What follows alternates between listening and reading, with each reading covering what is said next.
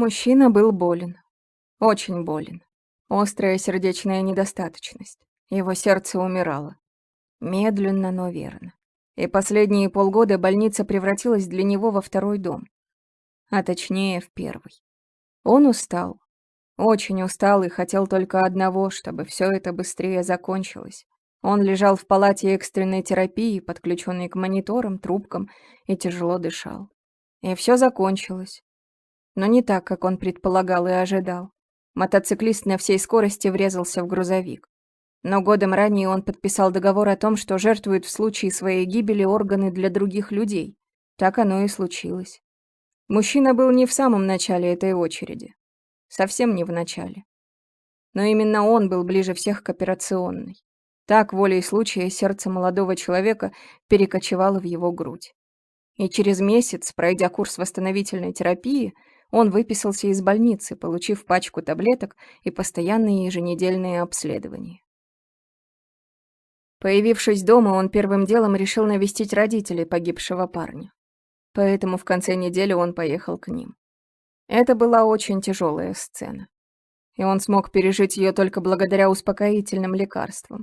Выйдя во двор, он все еще чувствовал, как мать погибшего парня обнимает его и поливает слезами. Как его отец тяжело молчит и смотрит в угол. Мужчина закурил, хотя это категорически запрещалось. Руки дрожали. И тут вдруг сердце тревожно стукнуло. Так, будто что-то надо было сделать, что-то такое важное, что-то такое необходимое, совершенно необходимое. То, без чего жить дальше не имеет смысла. Мужчина встал и осмотрелся. Сердце бешено стучало. Но понять, что является причиной, он не мог. Поэтому приехал еще раз, а потом еще. А потом стал приезжать все чаще и чаще. Но не заходил в дом, а просто стоял посреди двора и старался понять, в чем проблема. Это стало мучить его и преследовать по ночам. Сердце бешено билось. Тахикардия была так велика, что врачи, к которым он ходил, не понимали, в чем причина, и разводили руками. И тогда он поехал еще раз во двор, где раньше жил парень, пожертвовавший ему свое сердце. Он стоял посреди двора и прислушивался к тревожному стуку внутри. Но не мог понять. И тогда он закрыл глаза и дал кусочку в своей груди вести себя. Туда, куда ему будет угодно, и оно стукнуло, ведя его в дальний угол. Там сердце тихонько забилось. Мужчина открыл глаза. Прямо перед ним сидел старый грязный пес. Он низко опустил морду и, глядя на мужчину, рычал. Сердце стукнуло. Мужчина задохнулся и протянул руку. И вдруг рычание оборвалось. Старый пес посмотрел на мужчину и жалобно заскулил. Он бросился к нему и прижался, будто давно, очень давно знал его.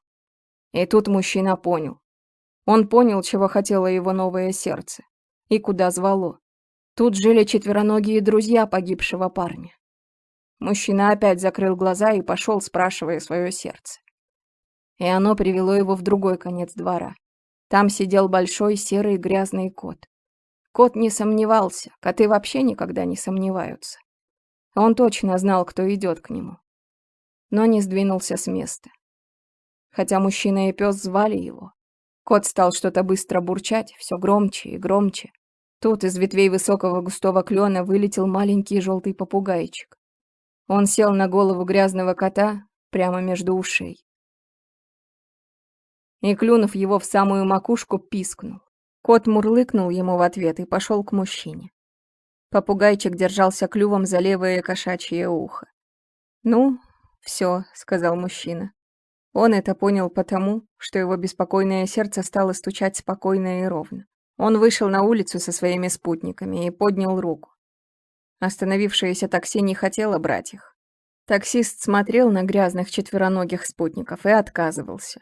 И тогда мужчина вытащил из кармана купюру большого достоинства. Водитель посмотрел на деньги и, вздохнув, принялся накрывать покрывалом заднее сиденье.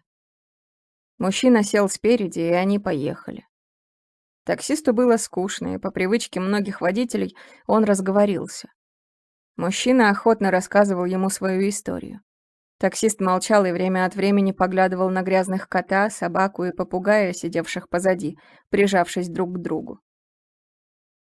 Потом таксист остановился и сказал, что ему надо выйти и покурить. Он долго стоял с сигаретой и что-то говорил сам себе, а потом выбросил ее, так и не зажженную, и сел в машину. Он ехал по другому маршруту и время от времени останавливался. Он просил мужчину подождать и что-то покупал в магазинах. Открыв багажник, он все уложил там. Подъехав к дому, где жил мужчина, таксист категорически отказался брать деньги. «Что же ты думаешь?» — сказал он. «Я ведь тоже человек. Ну-ка, спрячь свои деньги. Они еще тебе пригодятся». Он стал вытаскивать из багажника свои покупки.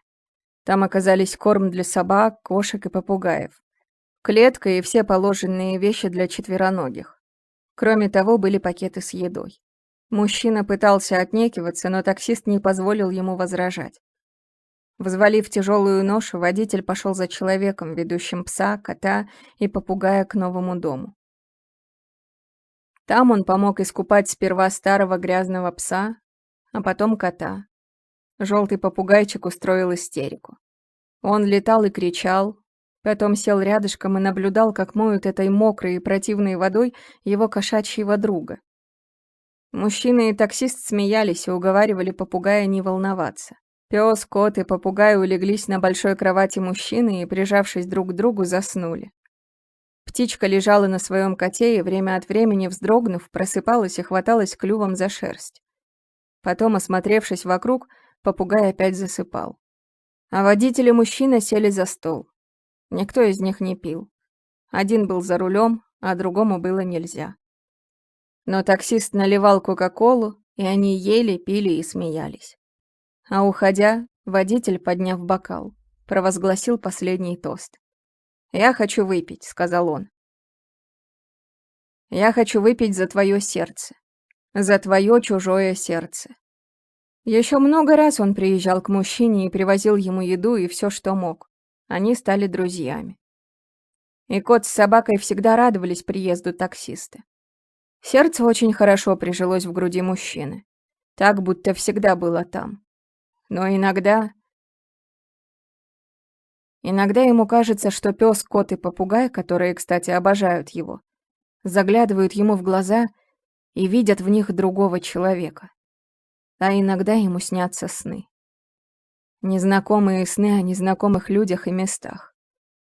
Тогда он просыпается, садится на кровати и долго гладит кота и собаку. И ему становится легче.